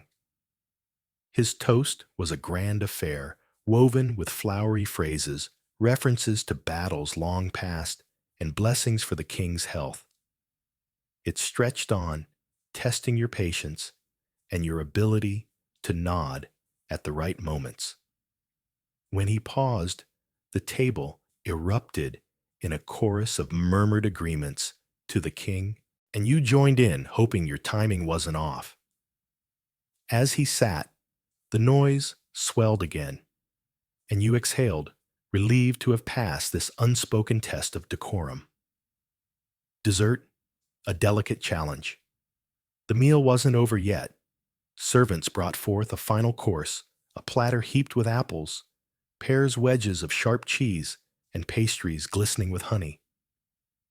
You reached for a pear, then paused, noticing a lady nearby, peeling an apple with a small knife, her fingers nimble as she stripped away the skin in thin curls. Fruit, it seemed, was not to be bitten into whole. You drew your own knife and attempted the same with your pear, the result a messy pile of uneven slices. Still, the sweetness was a welcome contrast to the hearty fare that had come before, and you savored it, marveling at how, even this simple act, carried its own set of expectations. Reflections on a foreign feast. As the feast wound down, you leaned back, your senses full of the night's chaos and charm. The rules, the trenchers, the seating, the right-handed bite shad, at first seemed overwhelming, a labyrinth of customs you'd stumbled through. Yet there was an elegance to it, a rhythm that turned a meal into an event, a shared performance of status and community. You glanced around at the flushed faces, the scattered crumbs, the emptied platters, and felt a strange kinship with these people, despite the centuries between you. As you rose to leave a glimpse through a doorway, revealed the kitchens a flurry of sweat-soaked cook's pots bubbling over open flames and the sharp tang of raw meat. The opulence of the dining hall stood in stark relief against this gritty reality, a hint that the medieval diet, however grand, was shaped by toil and limitation in ways your own time had long forgotten.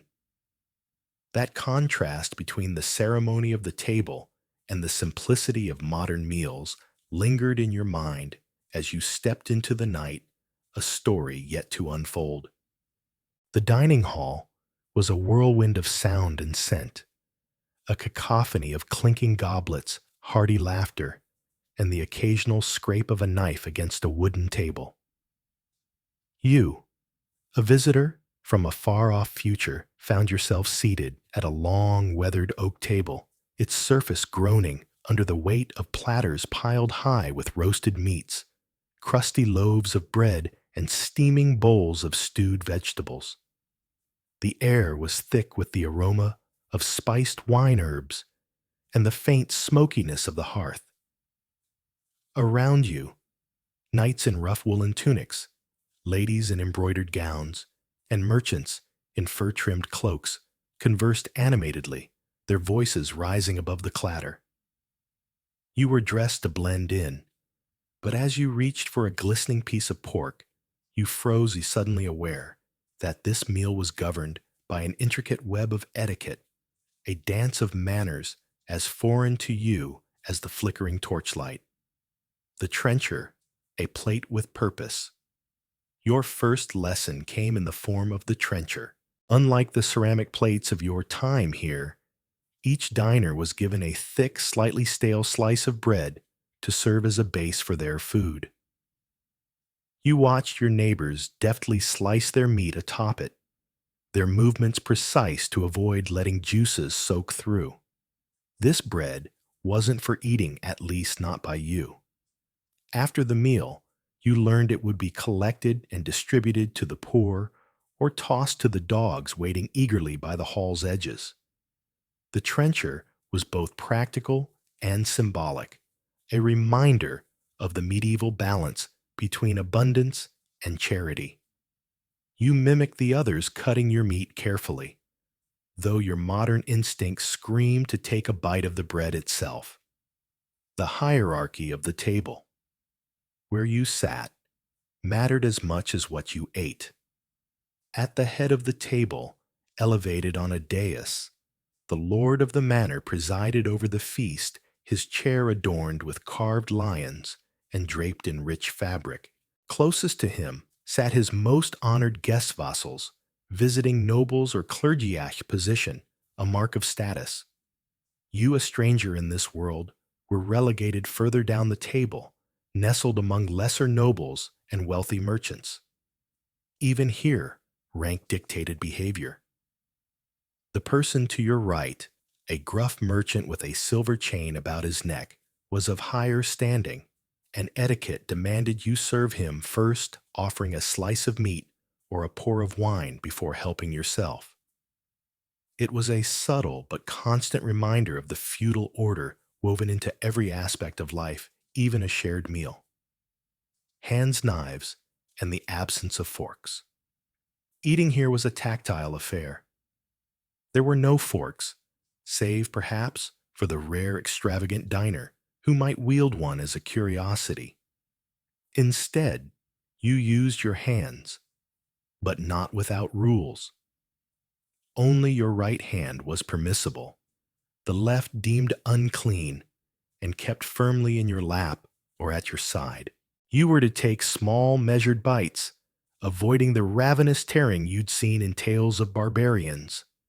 A small knife, its blade worn but sharp, rested beside your trencher, and you used it to cut your meat into manageable pieces.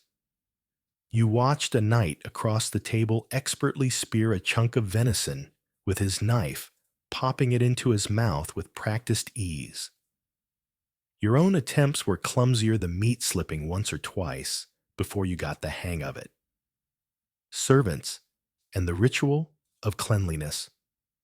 The bustle of servants was a constant undercurrent to the meal. They darted between diners, refilling goblets with dark, fragrant wine and whisking away emptied platters. But their role extended beyond service. They were guardians of cleanliness in a world where hygiene was both practical and performative. Before the meal began, a young servant had approached you with a shallow bowl of rose-scented water and a coarse towel. You'd fumbled through the ritual, dipping your fingers and wiping them dry, as the others did their motions fluid where yours were hesitant. Throughout the feast, hands were washed again, between courses, a necessity given the lack of utensils and the shared nature of the dishes. It was a small but vital act, bridging the gap between the roughness of medieval life and the refinement it aspired to. The toast, a test of attention. Midway through the meal, a sudden hush fell over the hall. The Lord stood, his goblet raised, and all eyes turned to him. You swallowed a mouthful of bread, hastily clutching your own goblet as you tried to follow along. His toast was a grand affair, woven with flowery phrases, references to battles long past, and blessings for the king's health. It stretched on, testing your patience and your ability to nod at the right moments. When he paused, the table erupted in a chorus of murmured agreements to the king, and you joined in, hoping your timing wasn't off. As he sat, the noise swelled again, and you exhaled, relieved to have passed this unspoken test of decorum. Dessert, a delicate challenge. The meal wasn't over yet. Servants brought forth a final course, a platter heaped with apples, pears, wedges of sharp cheese, and pastries glistening with honey. You reached for a pear, then paused, noticing a lady nearby, peeling an apple with a small knife, her fingers nimble as she stripped away the skin in thin curls. Fruit, it seemed, was not to be bitten into whole. You drew your own knife and attempted the same with your pair. The result, a messy pile of uneven slices. Still, the sweetness was a welcome contrast to the hearty fare that had come before, and you savored it, marveling at how even this simple act carried its own set of expectations. Reflections on a foreign feast. As the feast wound down, you leaned back, your senses full of the night's chaos and charm. The rules, the trenchers, the seating, the right-handed bite shad, at first seemed overwhelming, a labyrinth of customs you'd stumbled through.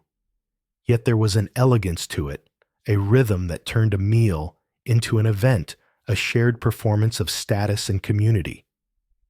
You glanced around at the flushed faces, the scattered crumbs, the emptied platters, and felt a strange kinship with these people, despite the centuries between you. As you rose to leave, a glimpse through a doorway revealed the kitchens, a flurry of sweat-soaked cook's pots bubbling over open flames, and the sharp tang of raw meat. The opulence of the dining hall stood in stark relief against this gritty reality, a hint that the medieval diet, however grand, was shaped by toil and limitation in ways your own time had long forgotten. That contrast between the ceremony of the table and the simplicity of modern meals lingered in your mind as you stepped into the night, a story yet to unfold. As we draw the curtains on our medieval culinary journey, let's pause to linger over the vivid world we've wandered through together.